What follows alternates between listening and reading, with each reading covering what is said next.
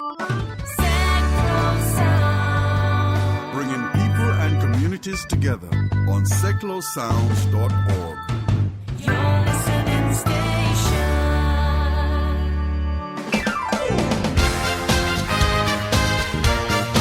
Hi, I'm Terry Sullivan and welcome to this week's Sticks Radio Show. Hard to believe, the last show of November, almost Christmas. Next 3 weeks I'm going to be doing members of the cast of Panto, so if you love Panto and Christmas, join me next week. But today on the show I've got a great guest. Gentleman's called Spike Edney. He's none other than the keyboard player and musical director with a band called Queen. He's got a venture also called Spike's All-Star Band, which he's been doing for a little while. Tell us about that in a little while. But I'm going to play a song from Spike's All-Star Band featuring the vocals of Chris Thompson. And this is the Queen classic, The Show Must Go On.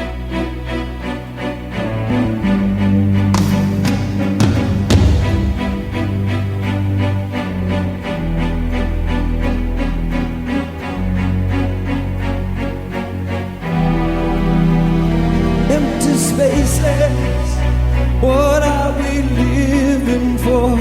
Abandoned places, I guess we know the score.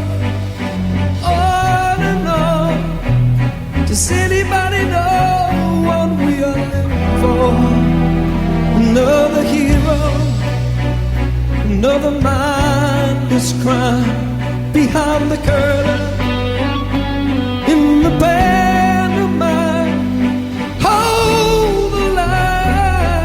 Does anybody wanna take it anymore?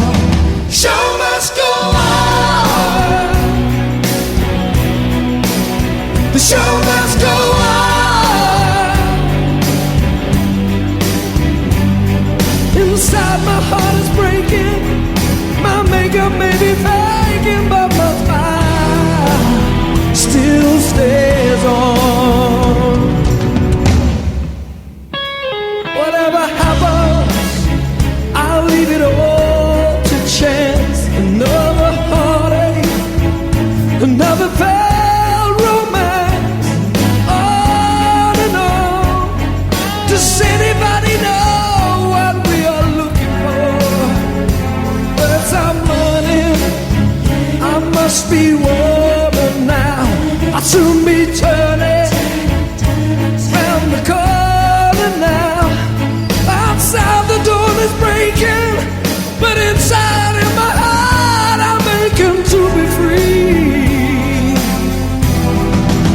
The show must go on. The show must go on.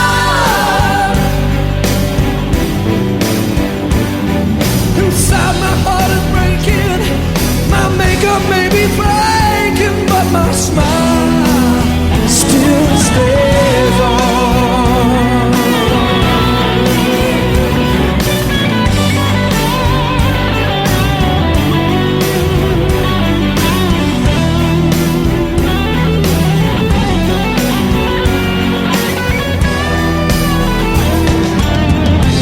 Soul is fading like the wings of butterflies. Fairy tales of yesterday will grow but never die. I can fly, my friend. Show must go on. Yeah, yeah. The show must go on. I'll face it with a grin. I'm never giving in. One with the show.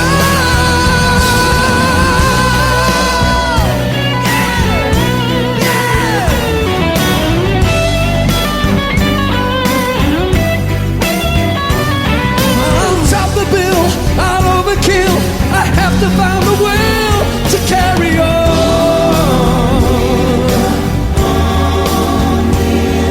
Show.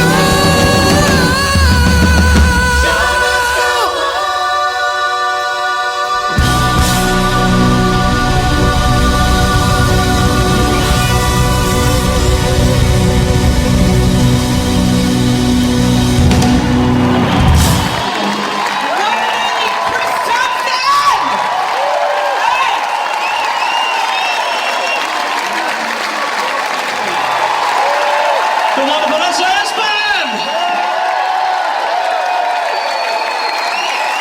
You know who you are. Actually, don't forget the sight of Roger Taylor, Arthur Brown and Leo Sayer singing around the same microphone. That will never be forever. That was wonderful. I can't tell you what these people have done tonight. They've put their heart and soul into it, and so have you. Please give them a big round of applause. Come on. My guest on the show today is Spike Edney. He's been musical director with Queen for a number of years, but there's more than that to Spike. Great musical career, which I'm hoping he's going to talk about. Good morning, Spike. How are you doing? Yeah, good morning, Terry. Good. I'm doing fine, thanks. Good. Well, let's get to the exciting bit. You're coming to the area with a band called the All-Star Band. You're coming to Watford Colosseum Thursday the 3rd of December, and you've got this band you've put together. Tell us a little bit about the SAS band. Okay, SAS, which also means Spike's All-Stars, came out of a tour that I did for Brian May, who released a couple of solo albums in the 90s after the death of Freddie Mercury, and he put together a band that went out on tour. The band consisted of the fabulous Cozy Powell on drums, Neil Murray from Whitesnake on bass, and Jamie Moses on guitar, who had played with lots of people, The Pretenders, and Bob Geldof and Paul Young.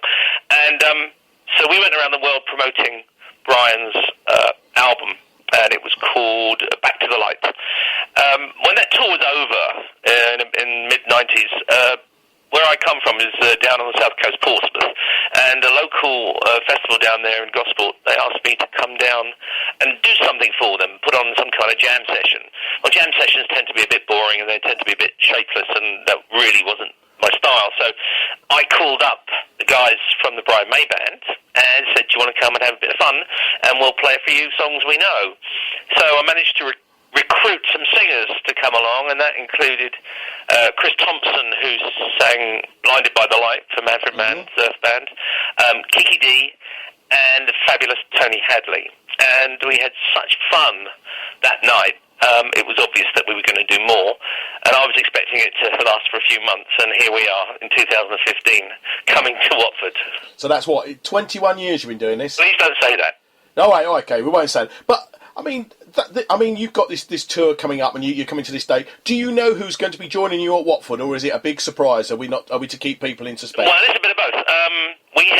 What I'd like to do is have artists that come along on a regular basis because they're such good fun, and then I'd like to augment it with a few surprises. So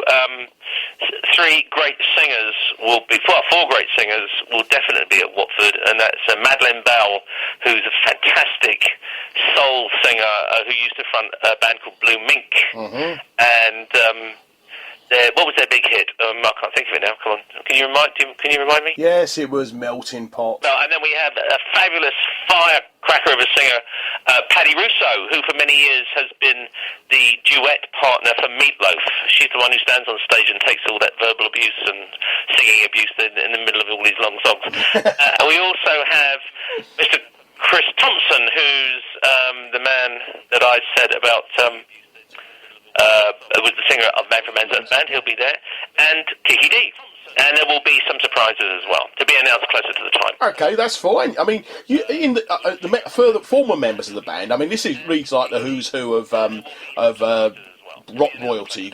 You've had Roger Daltrey play with you, Roger Taylor, Brian May, Bruce Dickinson, Paloma Faith, Alicia Keys, Leona Lewis, Annie Lennox, the Sugar Babes, Roy Wood, Shaka Khan, Lionel Richie, Anastasia, Gary Brooker, Paul Young, Marty Pellow, Carl Bratt, Paul Rogers, Mark King, Patty Russo, as you mentioned, Jack Bruce, Madeleine Bell, Tony Hadley, Jeff Beck, Bob Geldof, Lulu, Suggs, Midge-Ure, Errol Brown, Amy Winehouse, Melanie C, Graham Goldman, Kiki D, Leo Sayre, Eric Idle, Arthur Brown, Chris Thompson, Toya Wilcox and Fish. Yeah, actually, it just reminded me, Graham Goldman's going to be at Watford as well. Yeah, thing is, these aren't former members gone forever. Well, I'm sorry, a couple of them have died. Yeah. What happens is that over the years we've worked with these people in situations, whether it be at big charity shows or at other things, and we get to play with them. We have so much fun that we hook up with them again and invite them back. The ones we get on with really well and have most fun with, we'd like to invite back to come and do shows, because I have to say I don't do a lot of actual public performances with the SAS band. There's so many of us involved that it can be a bit unwieldy, and so it's only at Christmas time that we normally get out and play a bit, and that's generally because it started out as my birthday party 20 years ago. I decided to put on an event down in Hampshire, and it's kind of grown from that.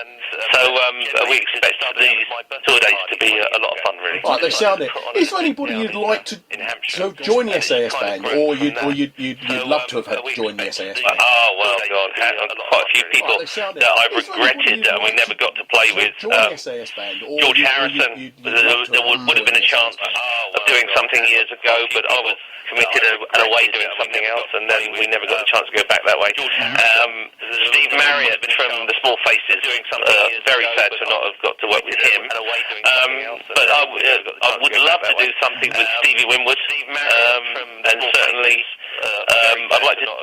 I did a Princess Trust thing once with Alison Moyet, and I think we'd like to do some more with her, because I think she's fantastic. She's got a great voice, hasn't she? Old elf. What a great voice that lady has. Oh, certainly. And there's a couple of others as well. I've got my eye on that one day. I'm sure it will happen. There's Joe Walsh from the Eagles, and Peter Frampton. Oh, certainly. And there's a couple of others as well. I mean, let's talk about your career and the background. I mean, how did you actually get into music? Okay. Well, when I first started out, back in the 60s, I was a teenager. Life was a lot different then. Musically, this country had hundreds and hundreds, let's say thousands of venues where bands played live. One is to look at the career of the Beatles, who kind of kick-started everything for everybody. They used to do 3 or 4 shows a day, a couple of days a week. They do a lunchtime session. They used to play a tea-time session where the secretaries would come out and everybody and go and watch them play before they go home from work. Then they do an evening show, early evening show somewhere, and then a late show. Now, you do that 3 or 4 nights a week for a few months, you get quite good at what you do. And even when I started to play music with my mates, inspired completely by what happened in the 60s, the Beatles, and then Motown and soul, there was such a tidal wave of amazing music that kind of completely avalanche on us, and we had trouble keeping up all the fabulous stuff. And we all wanted to learn to play and be involved in making this music. And once you put a band together, it wasn't that difficult to find somewhere to play. And we all paid very much for it, but there were plenty of venues, youth clubs. And once you put a band together, every school youth club would have bands on the weekend. To find somewhere to play. And then you'd have proper clubs where people would go for a bit older. And then there would also be the working men's would have bands on the weekend. And then proper clubs which wasn't quite as glamorous, but it was great for employment.